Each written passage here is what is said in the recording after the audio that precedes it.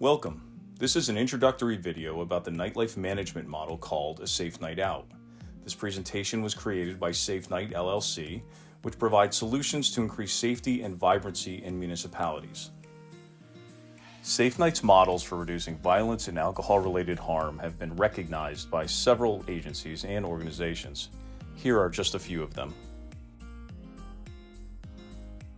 Founded in 2018, Safe Night LLC is a consulting firm that provides solutions to increase trust, safety, and economic viability. Safe Night works with police departments, local and state enforcement agencies, economic development, business improvement districts, private businesses, community groups, and public-private partnerships to improve the safety and vibrancy of their communities. We have helped cities manage complex problems in Arlington and Norfolk, Virginia, as well as Dallas and Fort Worth, Texas. Currently, Safe Night is developing nightlife management models in Greenwich Village and Toronto, Canada, and our models for managing complex problems have been used to address impaired driving, traffic safety, and homelessness. Our blueprint for reducing harm follows a process that has taken us years to develop. We use risk terrain modeling, a place-based spatial data analysis as our starting point to identify risk. We then teach city agencies and community-based organizations a relationship-based approach called Proactive Alliance, created by Molly C. Mastoris. Together with the data and relationships, we develop a unified strategy focused on problem solving.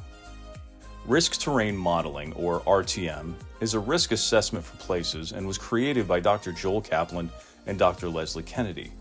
RTM identifies environmental conditions that contribute to crime problems. Different crime incident locations can have common underlying causes. RTM sheds light on why crimes happen where they do. It puts the focus on places, not people. Communities tend to focus on incidents that impact their quality of life, and public safety agencies are expected to crack down on bars and restaurants. The evidence-based approach outlined in the World Health Organization study, Reducing Harm in Drinking Environments, demonstrates a need for more than one single strategy, such as responsible alcohol service or DUI enforcement. The report found that the clearest indication of effectiveness in reducing alcohol-related harm are multi-component, community-based programs, which combine employee policies, training, community mobilization, and improved public safety support. Additionally, in 2017, Dr. Charlotte Gill, the Deputy Director of the George Mason University Center for Evidence-Based Crime Policy, conducted a research seminar and produced a report that identified the causes of alcohol-related disorder and violence, with recommendations for public safety and establishments that serve alcohol. In support of A Safe Night Out, the Proactive Alliance relationship-based approach, which was created by Molly C. Mastoris, a licensed professional counselor and psychometrist, is the foundation for enforcement agencies to establish and maintain trust with business owners and the community. Using proven methods adapted from counseling psychology, students will learn how to facilitate cooperation rather than demand it. Proactive Alliance teaches enforcement agencies to work more efficiently and effectively with collateral agencies and community stakeholders to reach mutually beneficial outcomes. Many police agencies in the U.S. rely on traditional community policing, focusing on partners who already support them through events like Coffee with a Cop or National Night Out. Safe Night demonstrates the distinct differences in outreach and engagement when implementing a unified strategy and a multi-component approach. Police and enforcement agencies, such as the Fire Marshal, Public Health, and Alcohol Beverage Control, can all adopt a preventative approach rather than rely on reactive and enforcement-only practices. Cities that use RTM to identify risky places, relevant stakeholders, use relationship-based policing, and problem-oriented strategies have a better chance to reduce issues in the long term. The Arlington Restaurant Initiative was the first multi-component approach in the U.S. to use the Proactive Alliance relationship-based approach as its foundation. It allowed enforcement agencies to establish trust with business owners and the community.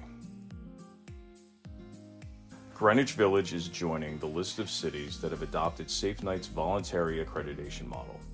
The program, led by the Greenwich Village Chelsea Chamber of Commerce, will introduce a standardized, higher level of operations that include employee policies and training to reduce liability and keep patrons safe.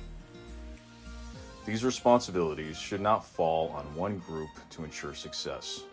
Stakeholders include bar and hospitality owners and staff, supporting groups such as economic development and trade groups, and support from the municipal agencies.